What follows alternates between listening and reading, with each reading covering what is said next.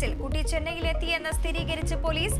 ഗുവാഹത്തിയിലേക്കുള്ള ട്രെയിനിൽ കയറിയെന്ന് സംശയം. ചെന്നൈയിലേക്കും അസമിലേക്കും അന്വേഷണ സംഘം പോകും. കൊച്ചിയിൽ നടുറോഡിൽ യുവതിക്ക് നേരെ ആക്രമണം. വൈറ്റിലയിൽ 4 പേർ ചേർന്ന് യുവതിയെ ക്രൂരമായി മർദ്ദിച്ചു. മർദ്ദനത്തിന്റെ ദൃശ്യങ്ങൾ പുറത്ത്.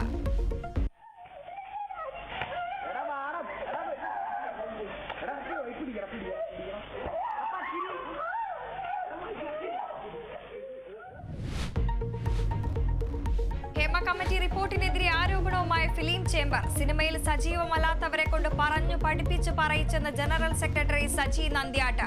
ഊഹാപോഹത്തിന്റെയും മറച്ചുവെക്കലിന്റെയും പേരിൽ ഒരുപാട് പേർ ജീവിച്ചിരിക്കുന്ന രക്തസാക്ഷികളായെന്ന് സുരേഷ് ഗോപി. ഹേമ കമ്മിറ്റി റിപ്പോർട്ടിലെ മുഖ്യമന്ത്രിയുടെ പ്രതികരണം കാപട്യമെന്ന് VD സതീശൻ.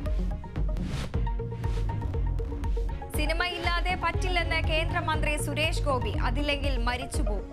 22 ചെയ്യേണ്ടി വരുമെന്ന് പറഞ്ഞപ്പം അമിത്ഷാ പേപ്പർ കേട്ട് അങ്ങനെ എടുത്തൊരു സൈഡിലോട്ട് അങ്ങ് എറിഞ്ഞു. പക്ഷെ അനുവദിക്കാമെന്ന് പറഞ്ഞിട്ടുണ്ട്. ഇനി അതിന്റെ പേരിൽ അവർ പറഞ്ഞയക്കുമെങ്കിൽ ഞാൻ രക്ഷപ്പെട്ടു. സെപ്റ്റംബർ 6-ന് ഒറ്റക്കൊമ്പൻ തുടങ്ങും. സിനിമ ചെയ്തതിന്റെ പേരിൽ മന്ത്രിസ്ഥാനം പോയാൽ രക്ഷപ്പെട്ടെന്നും സുരേഷ് ഗോപി.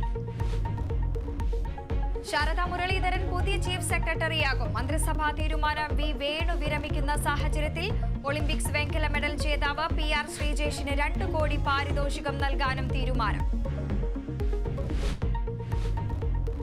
മലപ്പുറം SP വീണ്ടും പരിഹസിച്ച് PV അൻവർ MLA. മാപ്പു പറയണമെന്ന IPS അസോസിയേഷന്റെ ആവശ്യം തള്ളി.